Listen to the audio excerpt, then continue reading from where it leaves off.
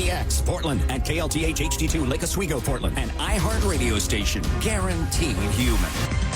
Our top story, the Oregon Liquor and Cannabis Commission is recalling certain pre-rolled hemp joints because they may contain too much THC. The products were made by Simply Soul and distributed to marijuana retailers in six-pack tins or single tubes. It turns out there's more THC than indicated on the label. The OLCC's website has specific product information. They advise anyone who bought the joints to destroy them. An Oregon law enforcement agency says a mobile app using artificial intelligence to push out information from police scanners is instead spreading fear and misinformation. Sheila Miller with Ben Police says Crime Radar appears to be essentially clickbait and does a poor job translating officer codes, tone, and context. The blurbs that get written to sort of tell the story have pretty sensationalized words in them, so urgent and chaotic, and it makes things sound more intense or exciting or scary than they might be. In one case, the app heard a call about the holiday tradition of shop with a cop and published a post implying an officer had been shot. In another incident this week, a call about a toddler left at a preschool was translated into a post about a missing child. And the Trailblazers continue their road trip in Detroit tonight. The Blazers are coming off a 122-110 win over the Cleveland Cavaliers on Wednesday, in which Denny Avdija put up 27 points, 8 rebounds, and 7 assists. Portland is now 9-13 on the year. Daniel Martindale, News Radio 1190 KEX. A judge is ordering a man from eastern Washington to return more than 500 Native American artifacts illegally taken from the Umatilla National Forest. The judge issued the order this week to 39-year-old Shane D. Caldwell of Asotin.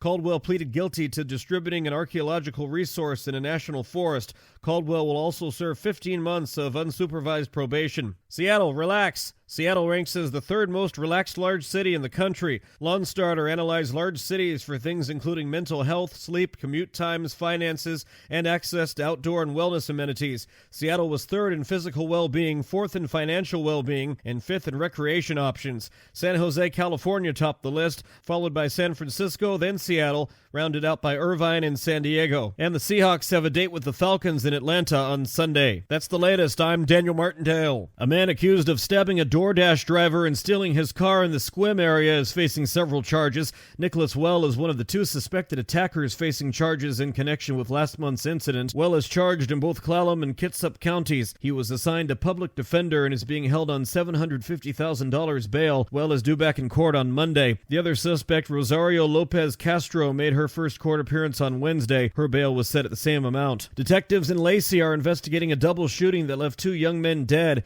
It happened just before 2 o'clock this morning, just south of Mountain View Elementary School. The men in their late teens or early 20s were found dead in the street. There are no reports of arrests, and police have not provided a suspect description. And the Kraken are back in the win column after a 5-3 home victory over the Winnipeg Jets. They host the San Jose Sharks tomorrow night. That's the latest. I'm Daniel Martindale. A man from Anchorage is facing a decade and a half behind bars for trafficking large amounts of narcotics across the municipality. On Thursday, a judge sentenced 67-year-old Thurma Reed to 15 years in federal prison. Prosecutors say a search of Reed's home turned up 10 kilograms of pure methamphetamine, along with large quantities of fentanyl, heroin, and cocaine. Reed has 7 prior felony convictions. The power is still out for thousands of people in the Matanuska-Susitna Valley after a weekend windstorm caused widespread outages. Matanuska Electric says more than 10,000 customers are still without electricity as of early this morning. That's about 14% of its customers. Weekend windstorms caused power outages from the Kenai Peninsula to the Talkeetna area. Juneau is digging out from record-setting snowfall. The National Weather Service recorded 9.6 inches of snow in Juneau on Sunday morning, with snow still falling. The record beats the previous record for December 7th of 7.2 inches that was set back in 1975. And the Oregon State Beavers beat the Alaska Anchorage women's basketball team 69-53 in Corvallis, Oregon. Tiara Bolden led the Beavers with 23 points, while Mahalia Harrison put up 15 points for the Seawolves in the loss. That's the latest. I'm Daniel Martindale.